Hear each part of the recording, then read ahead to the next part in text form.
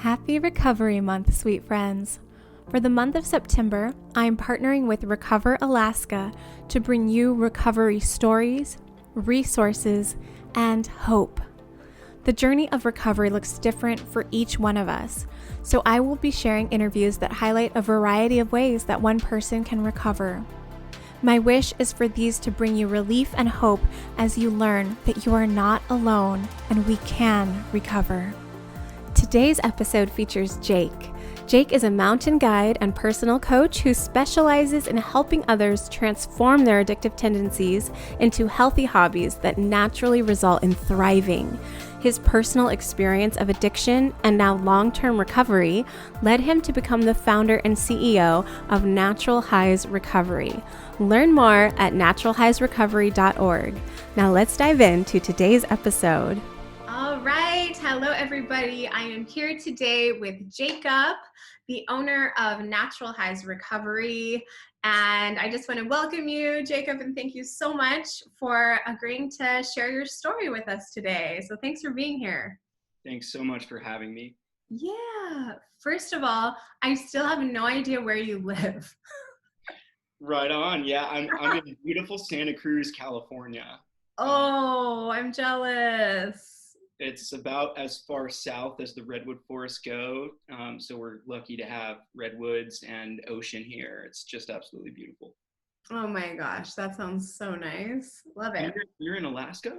Yeah, I'm in Anchorage, Alaska. So it's like nice and sunny right now. We just are winding down from like the summer of having daylight for most of the day and night. Like the sun sets like 11 p.m. Summers here are crazy. And soon we're heading into the part of the year that I don't want to think about yet. So moving on. But I would just love to hear, this is part of our recovery sessions. It's Recovery Month. And I'd really like to hear your story and, just some of like what it used to be like, what your life used to be like, moving into like what pushed you to decide to change your life. Absolutely. Yeah. So I'll start with, really starts back when I was 14. I got exposed to pot at that point in, beginning freshman year of high school. I'm lucky enough to have an older sister who I've been so close with our whole lives, and we're like best friends. And she was dating a guy older than her. So, I think he was like 18 and I was 14, and he had started smoking pot with her. And she was like, "Oh my God, Jake, you got to try this."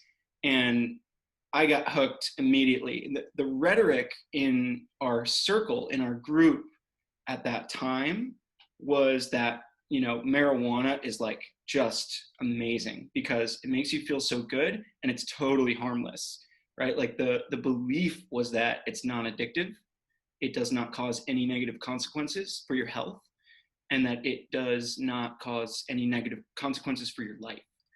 So, that was just sort of the first thing that I learned about marijuana. And I continued to believe that for the next 6 years, pretty much. And, I just thought it was so cool hanging out with older kids. And I got really excited by the idea of being somebody who could share this amazing thing with other people. So I started to deal it, right? Like within a week of trying it the first time. And from that point on, I just never had a shortage of marijuana. I always had it. I did not have to pay for it. I made money from it, and then I would spend that money getting more. And I loved just being the guy who had it so I could give it to other people, or, and for a while it was all just positive, right? It was like this deadhead circle, and, the Grateful Dead and the movement of the 60s and consciousness and all that. Like, it's just such a beautiful thing, but it spread so much love and peace, but it spread so much drug use and so much drug abuse as well. And so those two things were kind of intertwined, and I continued on through all of high school, all of college, almost all of college, just smoking pot every day. Like I would get up and I would smoke it at the beginning of the day. Most days I would do it in the morning. I remember leaving school during high school so I could smoke weed in the woods behind my high school. And then I would, do it pretty much from the moment I got home. And again, it was like this belief that there was nothing wrong with that. So I'm just enhancing my life, coupled with the fact that looking back, I was totally medicating this really intense anxiety that came from multiple things. But I think it mostly came from the feeling that where my head was at was just so different from what was going on in other people's minds in my high school and the social groups that I would see.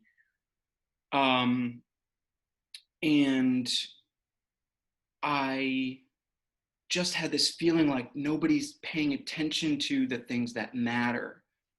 Um, and I just didn't know how to like connect with high school kids around me and what they valued. Um, and the people that I did connect with who shared my values also shared a lot of drug use. And basically, it spiraled down a road where I got into psychedelics, thought that I was expanding my consciousness. I won't go into whether I did, there was some amount of that happened versus not, that's for any given person to decide. But I, had a lot of experiences there. And then when I was in college, my dealing of substances became problematic. And also at that point, I was struggling. I was like very aware that I had like I couldn't really not use pot. There was kind of this awareness there at that point. Like, you know, I did feel it infringing on the other things I cared about, all the partying. And of course, I was drinking at that point too, taking MDMA, acid, mushrooms and things like that were mostly what I was doing at that point. And I did know that it was infringing on the other things I cared about in my life, which are, living my best life. I always wanted to be, in optimal health. I always wanted to be a leader and help my community. I always wanted to be of service. And I just had this feeling like I want to make an impact on the world. And I want to help as many people as I can to improve their relationships with themselves, with others, and with the planet. And, I just had no idea how I was going to do that. And the fact of the matter became so clear to me that I would never really be able to figure out how to do that to the best of my ability if I continued using the way I was using. So I tried to control it. I tried to only do it on weekends.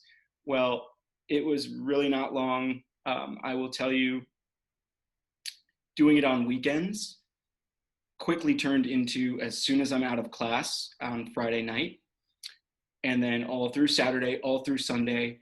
And then I honestly had to just have a little bit on Monday just to transition back into the week. So my weekends are now, I'm using, pot 4 out of 7 days of the week, by just doing it on weekends. And the other 3 days, you're not really sober then either, in my opinion. You're not really clear-headed. For me, I was not fully clear-headed until I completely got clean for an extended length of time. And then what I found was my consciousness and my ability to think and perform just skyrocketed. And going into the recovery piece, basically I found a lot of salvation for myself in the outdoor sports that I loved doing throughout that whole addiction process. I had been lucky to fall into rock climbing, got really, really stoked on rock climbing, loved it. And the places where it took me, mountains and wilderness, I got just as addicted to those things as I was to any And I kept doing those things. And it was the only thing in my life that I did not want to mix with getting high. It was something that I didn't want to be high for. I enjoyed it more when I wasn't high. It made me feel like the best version of myself. And so what I feel really made it possible for me to recover was the fact that I had something I loved doing that I did not want to be high for.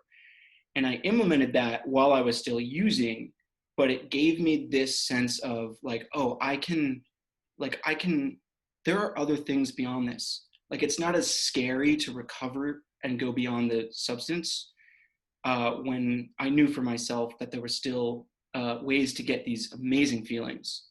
So that helped a lot. And then eventually, when I was ready, I met a man who had been through a very similar path, but he was like, 30, 40 years older than me. And he said to me, "Hey, Jake, man, I'm you, but I did what you're doing for another 30 years.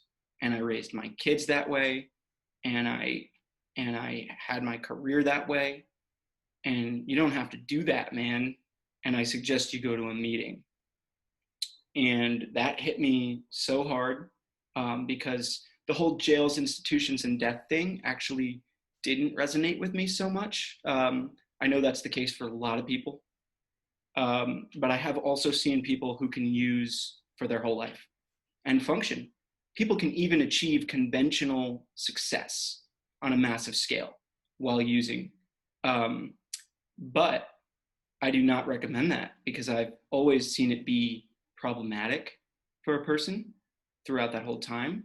And my belief is that for me, it would really, really limit my potential. So I took his advice. I went to a 12-step meeting and I participated in the 12 steps. And having that community was so powerful. It helped me get clean. I got clean for 2 years. I was 19 when I first got clean. And what I noticed was, even though I had been performing at like an acceptable level, I was doing well in school. I always got around a 3.5 GPA, high school and college, and I was the president of the outdoor club and all these extracurriculars. And so to the outside eye, I was not like a failure, but in my heart, I knew that I could never really reach my goals to be of service in this world without getting substances out of the way. So going about that, I was 19, and the first thing I noticed was I got a 4.0 every semester of college after that. Like, it didn't even take time. It was, ready to go. So if you are, wanting to get clean, there's really, for a lot of people, this amazing reward that may come immediately. And basically I decided after about 2 years that I had never gotten a chance to drink responsibly, and alcohol was never my drug of choice. And I made the exact mistake that we read in every 12-step meeting, which is, we decide to go out and use alcohol. And alcohol is no different from any other drug. And what happened was I forced myself to drink like a normal person for a year. And I struggled the whole time. I slipped up frequently and would binge. If nobody was around, I would binge. I remember one time my sister, at a point I was living with my sister, helping her with taking care of my nephew who was a baby at the time. And she left for 2 weeks and I just drank every day, like all of a sudden. And the rest of the time, when I was drinking at a socially acceptable level, I didn't have fun because I didn't actually want to do that. I wanted to go hard, and I could force myself to keep it to the socially acceptable point, but it was not fun. I was like, why am I doing this? I felt like I was wasting my time. I would rather be doing something else. I would rather be volunteering or something, or figuring out, starting a business, or I just would like go to these parties and drink a normal amount and feel like, why am I here? I'm either going to do my thing as an addict or I'd rather actually not grapple with it, because every time I picked up a drink, it was like a struggle. And the main difference I noticed, for anyone wondering, it's a good question to ask yourself. Like, what I noticed in other people is that they were indifferent to having more or not. And I was never indifferent. I always wanted more. And whether or not I did that is one thing, but the lack of indifference caused pain and struggle. So after a year of that, I had a conversation with my mom, and she goes, "Are you ready to finally stop? Have you done enough research?" And I'm like, "Yeah, I've done enough research." So I got sober again, clean and sober. I know people get tripped up over the clean and sober thing. I'm not sure what words to use. I think that it's all one disease. I got clean and stayed clean. Now I have 3 years and 7 months. I got clean. Thanks. Awesome. Thank you. I got clean on, it was February 13th of 2017. And I have been just really fulfilling dreams of mine ever since. Well, let's pause there. Go for it. So, let's come back to the dreams at the end. But I didn't want to interrupt you earlier, but I do want to go back because I want to talk about so many of the things you brought up. You brought up so many interesting things to me. And our journeys are somewhat similar. Again, like it's, you walk into a 12-step meeting and you kind of know everyone there has the same brain as you. So, we're all pretty similar. But even that idea, like with pot, and it's okay, like it's not addictive. And my journey started with prescription drugs, where I also spent a long time going, well, the doctor gave me them, like how bad can it be? Now I know they're like worse than everything, but but kind of that, all that rationalizing, like it's okay. And also, side note, clearly you're like a born entrepreneur if you had weed for 1 week and then started selling it. Yeah. That's hilarious. Yeah. But I really liked when you're talking about the Grateful Dead, like the Deadheads and that whole culture and that kind of fine line and spirituality and consciousness, because that's kind of the belief system that I have now, that I found like during recovery, was way more with that whole like woo-woo and, aliens and all this fun stuff that I have a blast with today.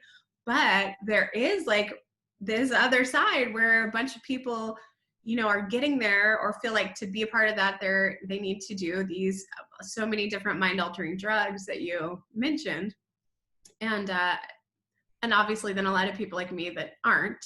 But anyway, I just thought that was fun, and like just that fine line. And someday I need to talk to someone about this, but I've thought a few times about like plant medicine, and because I feel like there is probably going to be a time in my life where I might want to have like a whole shaman ayahuasca like ceremony experience. And I always kind of have that thought in my mind of like, does that count as a relapse, or does that count as a spiritual experience? And ultimately it's just up to me whether I want to do something like that or not. And I don't today, but it's crossed my mind a few times, and I just anywho. Yeah, what are some of the other things? Oh, the foggy brain. And I love that, like I would do it on the weekends. And that's such a common thing, I feel, for all addicts, as we're all the years we spend in denial, where we're like, okay, I'm not an addict if, and I remember doing that with alcohol, where I'm like, I'll only drink beer and wine, no hard liquor. But that that wasn't good, you know. And I'm like, great, this stuff tastes disgusting. And now I'm just really full and I'm not drunk and this sucks. And, you know, so again, going back to like, I'm not doing this for the taste or for the friendships. I'm doing this for the feeling and that kind of switch in our minds of like, the more is never enough, you know. I've read many a quote about find balance and be, you know, find moderation. And I'm like, I've read the definition, but it does not compute to this day. Like, I don't think it ever will. So it's like getting to that place where I can go, okay, so that's not how my brain's ever going to work. So what do we want to do with that, you know? And then, but one other thing too, where you're talking about people that can find success, like you know, functional alcoholics, functional addicts, people that appear to be living their best life. That's so tricky because there's so much going on behind the scenes that we don't know about. And, you know, there can be somebody who looks so well put together and then they're going home and crying, or then they're going home and they're in an abusive situation, or, you know, just all these things. Yeah, so I really feel you on that, and we just never know. And I think it all really comes back to integrity and our own truth.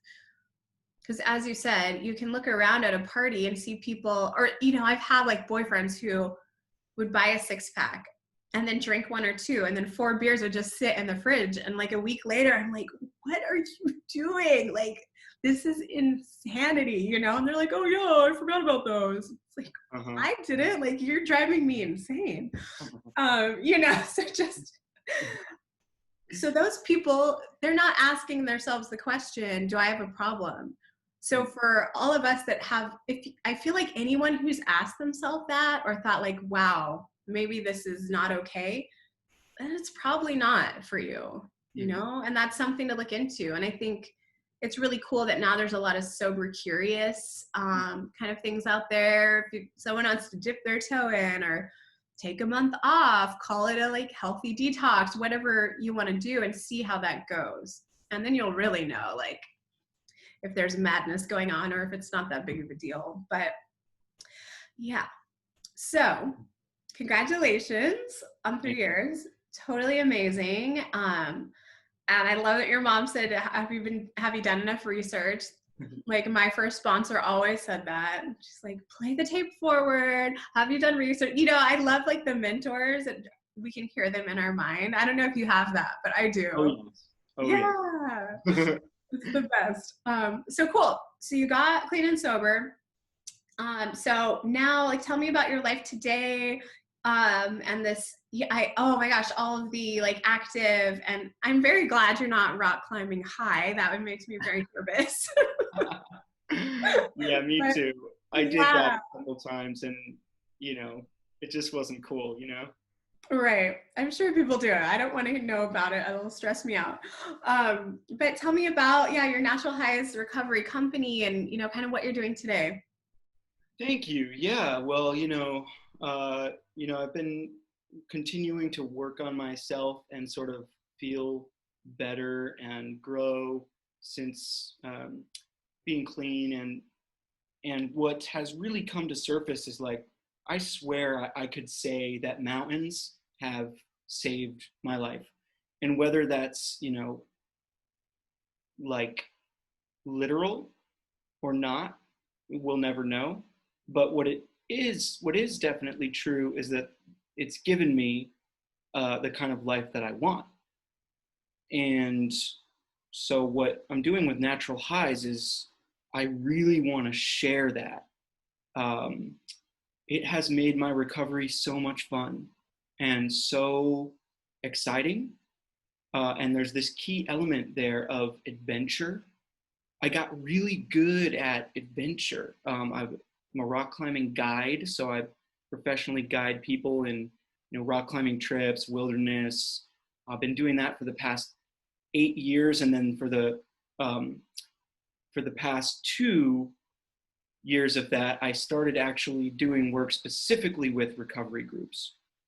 And I was working as a guide for other companies out there that would take groups from rehab, from a treatment center, and do camping trips or climbing trips.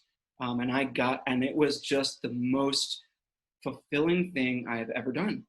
I've That's so always, cool. thank you. Yeah. I'm so grateful for, the getting sort of the opportunity to bridge that gap. Because something I've always noticed about the outdoors too is you don't see, um, you don't see a representation of the population of the United States in the mountains. You do not. You mostly see people of a certain background. I would say mostly a more privileged background out there. Not entirely, but when you get to high level extreme sports, very often. And that's something I would like to see changed, because I think that nature is the single biggest untapped free resource to support mental health in this country. It's all over, and it can be accessed for free. There's a little bit of a startup cost if you need boots or you need gear for whatever sport you want to do, but the stuff lasts so long. For like 10 years you'll be set, you know. So my mission with Natural Highs kind of has two elements. The first one that I started with back in January is bringing new healthy hobbies, fitness and adventure hobbies, to people in recovery in a local treatment center.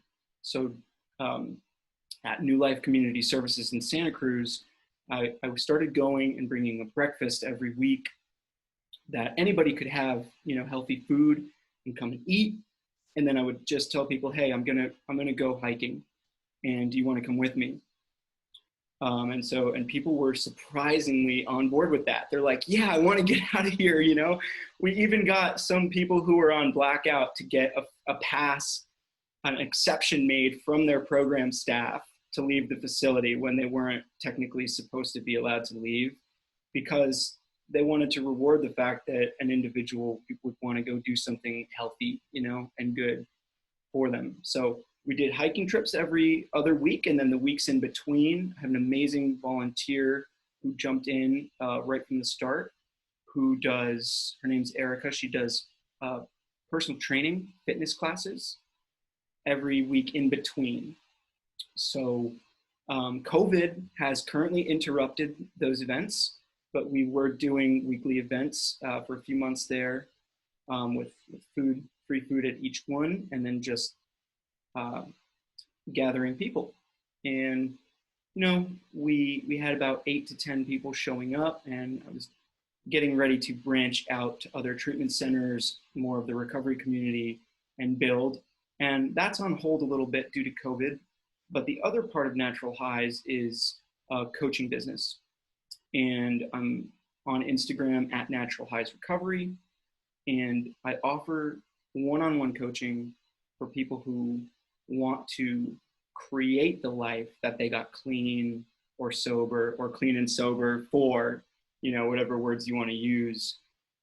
Because there's getting clean, there's getting the bad habits out of the way, and then there's what comes after that, right? So I do one-on-one work with people to implement healthy new hobbies, to learn the skill of adventure, which is, may not sound like it, but it's actually something I can help teach even from afar.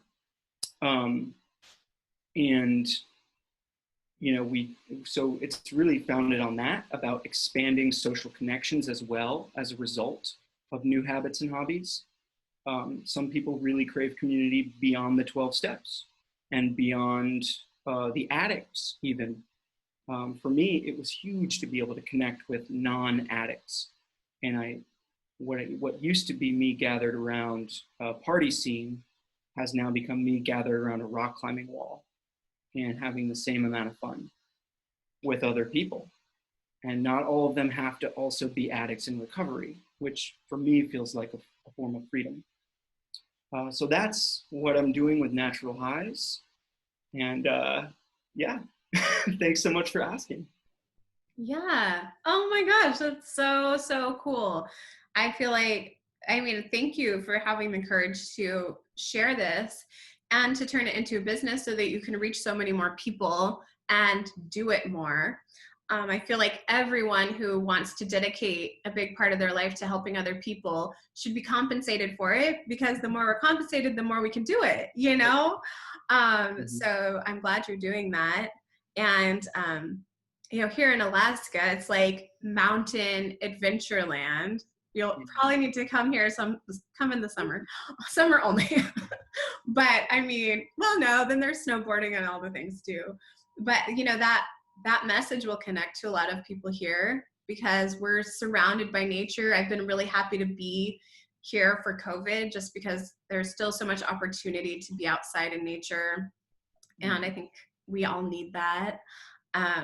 So that's beautiful. And I'm just really excited for you. And I'm really, you know, happy for the people that are being blessed by you showing up and, you know, saying, let's go. And earlier you were talking about, even throughout your addiction, still having these longings to help, to give back, to be living this different kind of life. And I connected with that so much because I had those same feelings. Like, I've always known, like, I'm here on a mission. I just have to figure out what it is. Like, I'm here to help someone. I have to figure out who. And then I went through all this trauma and then turned it into self-destruction. And throughout that process, gained massive empathy. And empathy I didn't have before, that made it pretty clear who to help, you know? And just really like turning our pain into our purpose. And I feel like that's what you're doing. And the sentence, teaching the skill, did you say the skill of adventuring or something? Oh yes. I love that. Totally. Because so many people, it's like, are you adventurous or not? And I'm sure and I've never thought about it as a skill. And so like, I'm sure there are people that think they're not adventurous or wish they were, but they're just being held back by something. So I'm excited about the idea that you can bring it out. Yes. An adventure is a mindset. I've had friends of mine compare me to a puppy dog because I'll go, I'll go on a walk or something for, whatever, in a city park, and I'll come back. I'll be like, oh my God, it was amazing. I saw this bird and then I followed it to this tree, and they're like, dude, you just went for a walk. And adventure is a mindset. Yes, I like that so much. And that's how my friends describe me. I'm like, you guys, it's Tuesday. And they're like, exactly. What does that mean? I'm like, I don't know. I'm like, let's party. Hell yeah. So it's definitely, and it is a mindset, because also like, I feel like a party animal, and I haven't partied. I haven't had a drink in 9 years, it was like, but I still feel like I will show up and be the life of the party. Yes. So also, yeah, for those of you out there who are like, how am I ever going to be fun again? A lot of people think that's what is making them fun. For me, it was the opposite. I wasn't able to get this excited when I was numbed out. I was a way like weird version of myself. And so there's a lot of fun and beauty on the other side. Cool. Well, I will definitely put all links and everything for people to find your work, and sounds like working one-on-one with you would be amazing. And again, I think there are probably so many men up here in Alaska that could get that kind of outdoorsy, adventurous coaching and have places and ways that they can do it long distance too. And that's really cool. Amazing. Thank you so much. Yeah, one of the things I do is I offer a free Google Maps session. So we actually get on the map, and believe it or not, it takes a trained eye to find a good adventure spot nearby to someone, and where they could get started with the level that they're at, and find like the perfect hike for them, or and so getting somebody an adventure plan is just something I enjoy so much. Totally give that away for free. Anybody that wants to hop on and make an adventure plan. That is awesome. And okay, but say there's somebody that let's say this somebody's me. Let's say there's somebody that loves your energy, but doesn't necessarily want to go on like super hardcore hikes or rock climbing. Mm-hmm. Do you have like baby step versions are like. That is exactly what it's all about. I just put a story up on my Instagram today about how, like, I don't want to ride 20 miles on trails today. What I wanted today was a short little bike ride down the street, and that's what was appealing. So that's what I decided to do. Not being black and white about it, go do the tiniest thing, and what happens almost every time is there's momentum. So for me, almost every time I end up just about doubling whatever I thought I was going to do. That doesn't have to happen, but it is, again, adventure is a mindset. So you can get out on whatever level of adventure you want. And I also I wouldn't confine it. The trips and events that we have in store for Natural Highs do involve some of those like hardcore things, but working one-on-one, what we search for is, what do you love? What do you love to do that you actually feel like you're kind of addicted to? And then making that a healthy addiction, which we call a hobby or a habit. And that can be anything. It could be skateboarding. For some people, it's working on trucks or vehicles even. For some people, it's, rock climbing. For others, it is music. Really, really whatever it is for you. Yeah. Awesome. Well, thank you so much, Jake. This has been great. I'm really excited to meet you. So thanks again, and I'll make sure we can all find you after this. Thank you so much. You're amazing. Thank you so much for listening to today's episode. If you enjoyed what you heard, please share that with me by leaving a review on iTunes so that I can keep the goodness coming. If you aren't already following me on social media, head over to my Instagram page at blazebellbliss for daily inspiration, or check out my website, blazebell.com. You mean the world to me, and I'm so excited to connect with you in the next episode.